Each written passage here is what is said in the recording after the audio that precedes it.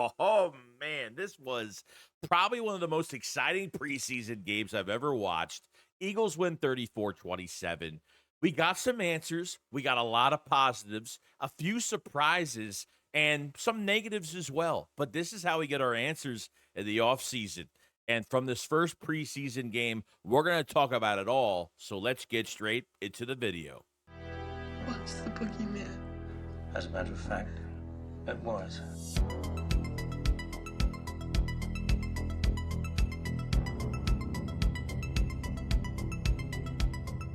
Yo, what is going on, guys? Horse on a fantastic day. I honestly don't know where to start when it came to this game because through at least 3/4 of this game, I was pretty dialed in, I gotta say. I have to say the first thing I really liked what the Eagles did was probably the unexpected was Tanner McKee getting a lot of playing time because I figured it was going to be a series and it was going to be more DTR and Kyle McCord the rest of the way. I have to give the Eagles a lot of respect for this. Not only did Tanner McKee play in this game, but he played for literally a whole entire half plus a series in the third quarter. That's a lot of time. And from his throwing and extending plays and making throws like towards the sideline, and I mean, I gotta say, he has a cannon. I mean, he has gotten way better from last year. And hopefully, the New Orleans Saints don't make that phone call and they're like, "Hey, we want some Tanner McKee." But guess what? You're not going to get him because he's got a ton of value right now. And I have to respect the Eagles for the amount of snaps they gave him because then you can really analyze this roster so much better. These receivers that don't get a chance to have a good QB throwing them the football to try to make the team, not only as a starter but as a depth piece. Tanner McKee was 20 for 25. 252 yards, 2 touchdowns, 135.3 passer rating, was just, a cannon, bro. I mean, he's extending plays on his feet to the sideline, and he's still making throws, and he's still making completions, and I don't think Tanner McKee did that last year too well. He probably only had like maybe one bad pass. I would have to say maybe two, barely even that. He was very consistent, and I think we're very lucky to have Tanner McKee in the building right now, and fantastic. We'll get to the weapons. We'll get to everything because this is another exciting thing to really talk about. You want to talk about receivers that came to play. Now, unfortunately, Elijah Cooks, the big receiver that was really projected to be the fourth receiver, ended up getting hurt on special teams. He was carted off the field and he had his hand over his face. He looked really upset, and Elijah Cooks might be done for the rest of preseason, unfortunately, and that's not a good sign. It's really unfortunate for him. Did you see Darius Cooper? Darius Cooper not only having these really strong camp practices, but let me tell you, getting into a game, wow, it's nice to not just hear things. You're actually seeing these receivers grow before your eyes from camp to a preseason game like this, and the separation, the explosiveness off the line, the concentration through a catch. I mean, the top of his route, at the break of his route, just the amount of separation that he was getting. I mean, after catching the ball and spinning the opposite way, man, he's got some tools in that toolbox as a wide receiver. Not coming from a big school as an undrafted free agent, Darius Cooper was cooking in this preseason game, and I think he's leading that pack for the number 4 receiver as of right now. And here's another receiver I had no idea he was going to have some big game. Yeah, Johnny Wilson, like Jesus. These high point catches, these contested catches he was getting, almost at 6'7", using that big frame that he has, and just making plays like A.J. Brown out there. It was absolutely amazing to watch. The big problem with him so far is I don't think his camp has been really strong. Johnny Wilson has had a issue just trying to catch the ball in general. There's one from DTR I didn't like where it was like a slant pass, wide open, and DTR threw the ball way too hard at his head. It was just too much. He put way too much heat on that ball. He would have had a lot more catches in this game, but Johnny Wilson, he was A+ for me.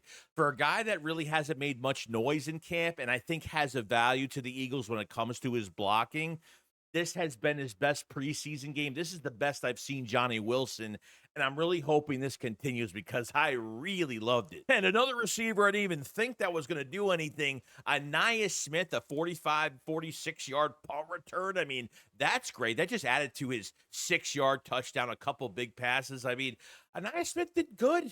Look, He got hurt last offseason. He came into this camp and he looks better. He just looks better, looks faster. His catching looks better. His vision looks better. I was very proud of Anaya Smith. I really wanted him to really spice up this competition. So very happy with that. I mean, even though Saquon Barkley didn't play in this game, did you see these other running backs today? That Will Shipley run was beautiful. It was a beautiful run. Tyler Steen had an amazing, and by the way, Tyler Steen had an amazing day. Great block. He actually got playing time. I'm shocked that he did. I didn't know if they were going to sit him out. I was hoping he was going to get some reps, but had a nice block on the right side. Even Drew Kendall, the center, had another block on the same play on that big Will Shipley run to the right side. Will Shipley looks much faster, more elusive, and I can't even complain about it. I'm wondering if Will Shipley will be the number 2 or the number 3, how they're going to use some of these running backs, but I love how these backs are being used in the passing game. They didn't shy away from other running backs as well because A.J. Dillon looks powerful. He's got big calves, and there was a run up the middle where he was carrying. I mean, he hit contact, and he dragged them for another 5-6 yards. I mean, there's no joke about him. And in the passing game, he looked really smooth. For a bigger back, he's really elusive, and I think that's really going to help our offense tremendously. It just adds just a different dimension to it, and this is without Saquon Barkley right now. Give me more Shunderick Powell. Give me more of Keelan Robinson because I really like those other 2 backs a lot. Montrell Johnson didn't play in this game because he has been on the injury report, the undrafted free agent running back from Florida. I mean, that quickness after the handoff, it feels like they have a running start when they get to the flat, run around the corner, and I mean, they could get through the defense so damn easily. I love those runs, the shiftiness between both of those players. I thought they both actually did pretty well. I'm a fan favorite of Shunderick Powell at this point, and I'm hoping he makes the practice squad. He could stay on there, but I just don't think these 2 guys will last, and I want to see more of these guys next week because I think they're very valuable, and I think both of them are pretty special. Is Jihad Campbell the real deal or what? I mean, every time there is a play in the vicinity of his area, he is always involved in the tackle. And he's got no starters around him, barely. He is out there, and he is making plays. He is involved in plays. He dropped a pick, and he was so angry at himself. And I'm glad he was, because that will haunt him for a while here. And he will just get better. He will just play better. And Campbell has this physical, this bully presence that I absolutely love. I just love seeing him on the field today. I'm glad that he, if he messes up on a play or something like that, that he really takes it to the heart. And that's what I really like about him the most. Can't wait to see until he's throwing carcasses around like there's no problem. Jihad Campbell is, wow, want to see more. There's no doubt. So we're going to get to the cornerback spot. And it didn't look good. We knew that Joe Burrow was playing in this game. Jamar Chase actually played in this game, which was great because I thought it gave our defense a lot of work. But I got to say, it was really ugly. I thought it was pretty bad. Keely Ringo was missing tackles. He can't tackle guys on the flat. He's got straight line speed. That's all he's got at this point. Adoree Jackson did not play well. He was getting burned by Jamar Chase left and right. Keely Ringo was burned for a touchdown. On the flat, this is a pass on the flat, okay, where I thought Sidney Brown came down on that little screen pass and actually slowed down the receiver getting the ball on that screen pass. And then Keely Ringo when Keely Ringo has to turn, he literally can't do anything else. He's got the slowest transition with his movement. I don't even know what to say at this point. They looked horrible. Even playing in zone or playing off ball, have to respecting these guys. I get it. They're good. And, you have to go into a lot of games this year where you're playing a CeeDee Lamb and a George Pickens. Like, can you trust them to cover one of those guys? I don't.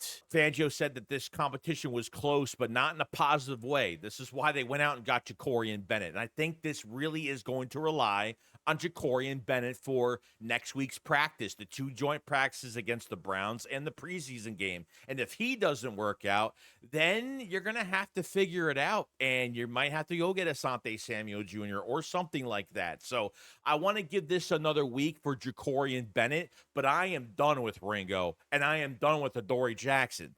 They both shouldn't even be on this team right now. Now, we're going to be talking about the safety position because it's another eye-opening position for the Eagles, and I don't think much really happened at this position, okay? Now, Andrew Makuba actually practiced with the team, I think, and pre-game warm-ups before the preseason game. It looked like he was going to play. I don't know that he was looking like he was getting ready to go out there and start, for preseason, but they sat him out. Okay, but we're at a good, pace with him right now because he was in team activities a couple days ago. So I think we need to give Makuba another week to be in the joint practices with the Browns. He'll be a full participant by that time. And then that preseason game will probably show us a lot more with Andrew Makuba, but he's got to stay healthy and he's got to stay that way. We saw Sidney Brown on a few tackles. I mean, besides the flat pass that Ringo couldn't finish, I thought he did pretty good kind of sniffing that out to slow down the receiver on that screen pass. But other than that, a couple tackles. And now Sidney Brown ended up trying to tackle somebody. Someone's helmet hit his shoulder and he kind of looked like he got hurt from that. So I was like, here we go, Mr. Glass 3.0. I don't want to deal with this now. He's going to be out for another few weeks or something like that. But he walked into the locker room at the end of the game. He seemed like he was fine. So hopefully he's not out for another week or anything like that, because if you lose Sidney Brown and Makuba's not even at a full participant yet, I don't know what you're going to do. I think this safety spot's going to be extra important now because I think it comes down to Andrew Makuba coming back healthy for these joint practices, the preseason game next week. And if he doesn't work out, do you sign Justin Simmons? Or maybe you still sign Justin Simmons just to bring depth. But I think Justin Simmons wants a starting spot with the Philadelphia Eagles. And that's why these older veterans waited out during these, during the offseason program, during training camp to the preseason games to make sure they solidify a spot. Now we're going to defensive line, and I think Ty Robinson was put to the test today, where he played almost the entire game. They wanted to test his motor. They wanted to test how much he really wanted it. And let me tell you, I think Ty had a really good day, had a few good tackles, had a sack in the game as well, and he almost had another sack. He just missed the quarterback by an inch, but got pressure, I think, to force an incompletion from one of the Bengals quarterbacks. So I think he had a really good day from a strength and conditioning standpoint. I mean, seems like he could play the entire game, which is awesome, and I want to see more from Ty. I think their main guy on special teams right now has been Avery Williams, the specialist from the Atlanta Falcons that we signed on a one-year deal, and he did punt return and kick return. And like we said earlier in the video, we talked about Anaya Smith on that big punt return. So Anaya Smith could be in the running for that punt return. We'll see what other guys they put in that spot. There was really no Giles Jackson. There really wasn't anybody else they really put in those spots. So maybe Michael Clay has kind of already found their guys at this point. We just got to see more. Now, to kind of talk about the offensive line a little bit, we talked about Steen having a really good day. Drew Kendall as the backup center has had some pretty good snaps. I think he's been up kind of a steal for us as well. But I haven't really liked anybody else, to be honest with you. Kenyon Green ended up getting hurt with a wrist injury, and he's been primarily our left guard behind Landon Dickerson. He was hurt on the McCord interception, which really sucks. So losing him, hopefully he's not going to be out for too long. They'll probably get him back. I think Tanner Williams didn't really have a good first game. Miles Hinton, I think, was probably the most puzzling one to me. I think he's more of a right tackle, and I don't know why they have him at left tackle, because it seems like he was losing almost every single rep, and he didn't look good at all. So I'm wondering if they're taking him out of position. I think primarily Miles Hinton has played more right tackle than left tackle, and I think they're just trying to put him at both spots to see what he could do, but obviously left tackle is really not working for him. Now we're going to the quarterbacks. DTR, I don't think he really played that bad. I mean, he had a really bad toss, too much in front of him to the running back, put way too much heat on that slant pass to Johnny Wilson, and he even overthrew Johnny Wilson, overthrew a couple guys in the end zone as well. I don't know how you overthrow a guy that's almost 6'7", but I think he has gotten a lot better. I think he actually had a pretty good day, better than most. And Kyle McCord, yeah, it was pretty ugly. I mean, threw that pick, and then he's just too raw right now. He needs like another year under his belt, and for him to even look a little bit more better, and it's just going to take time. So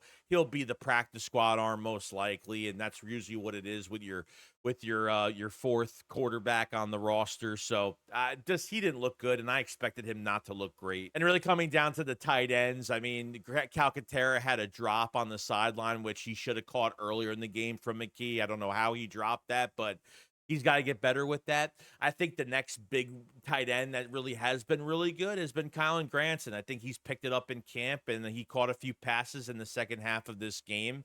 So I think he's been pretty good. I think tight end is almost likely pretty much locked up with Goddard, Calcaterra, and if they're keeping a third guy, it's going to be most likely Kylan Granson. Well, other than that, guys, that's pretty much about it. So I think we have a lot of answers, and I think there's still things in question for next week for the joint practice with the Browns and the preseason game. I think there is still some hope for safety, and there still is some hope for cornerback as of right now. Let me know in the comment section below what you guys thought about this game. What was the big disappointment? And what was the most exciting thing about this game? I want to know from you guys in the comment section below. Make sure you subscribe to the channel for more Eagles news every single day. And I will see you guys on the next one. Shake squad up, fly outside. Peace out. Peace.